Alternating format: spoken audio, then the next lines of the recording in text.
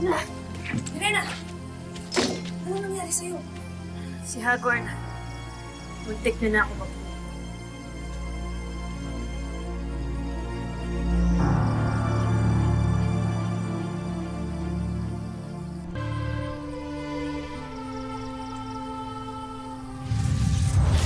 Alana!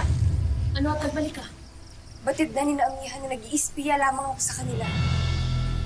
Alam na niya ang usapan natin dalawa, kaya hindi na niya itutuloy ang plano niyang paglusob sa Lirene. Ano ginawa nila sa'yo? Inarusahan ka ba ni Amihan? Hindi. Hindi rin niya sinabi sa lahat ang mga natuklasan sila sa akin. Kahit niloko ko siya, hindi pa rin niya ako pinahamak. Huwag kang makonsensya dahil lamang hindi ka na ipinahamak. Kaya kasi sinunod ka na yung ngunit hindi gano'n ang ugali ni Amihan. At anong alam mo sa pag-uugali ni Amihan, Alena? Tandaan mo, nagawa nila ni Ibarra na pagtaksilan ka, kaya huwag ka na mauuto sa kanya.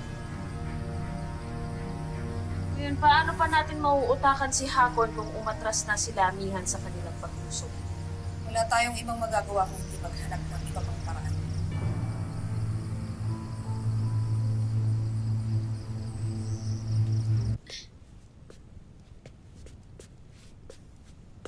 Encantada, ano't ikaw lamang ang narito? Nasaan sila? Malasangre. Dito ka pa. Hindi ka tuloy nakasama sa kanilang laban. Laban? Anong laban? Ay, hindi mo alam? Itunuloy nila ang kanilang paglusob sa Lereo. Ano ba? Pashnea. Malasangre. Ano buwan to? Lira! Lira! Irena! Naisahan nila Amihan. Tinuloy nila ang kanilang plano sa paglusob ng Mireo. Pagdating ko sa Sabino, wala sila lahat doon. Kung nakunin mo ang aking sandata, susunod tayo sa Lireo. Hindi sila pwedeng sumunod. Sisirain nila ang plano ni Ina. Nawaksan na rin. Kung makakaalis pa kayo, Anong kalokohan nito, Encantada? Hindi niyo pwedeng sundan si Inay at Itay. Hindi niyo pwedeng sirain ang plano nila.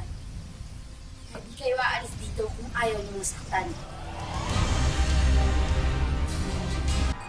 sino siya? Isang Encantada na bago kasama niya. Huwag kang nakikita. Tignan. Taka. Bakit may kakayahan siyang gumamit ng Evictus? Hindi ko alam. Ngunit kailangan na natin kumalis. Ngayon din.